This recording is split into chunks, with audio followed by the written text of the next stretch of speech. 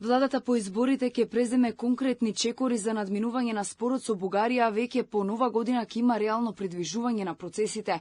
Министерот за европски прашања Орхан Муртезани вели дека премиерот Христијан Мицкоски и владата имаат конкретни размислувања за тоа како ќе се направи, но не откри детали. Причината поради која зошто сега не се преземаат одредени активности, вели, е за да не се искористи тоа во контекст на изборната кампања.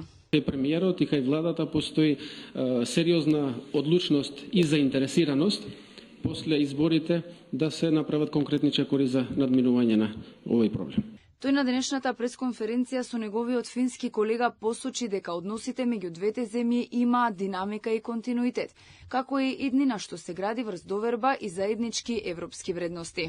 На средбата двајцата министри се согласиле дека процесот на проширување е повеќе од техничка постапка, тоа е стратешка инвестиција во стабилноста, безбедноста и економскиот раст на целиот регион.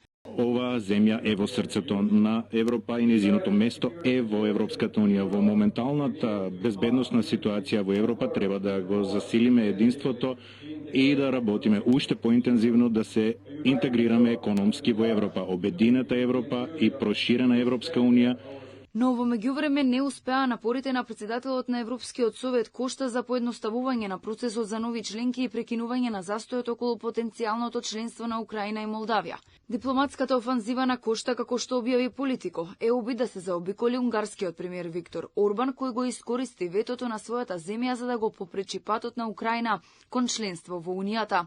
Постојните правила бараат од сите 27 земји членки на ЕУ да дадат зелено светло за секоја фаза од процесот на пристапување.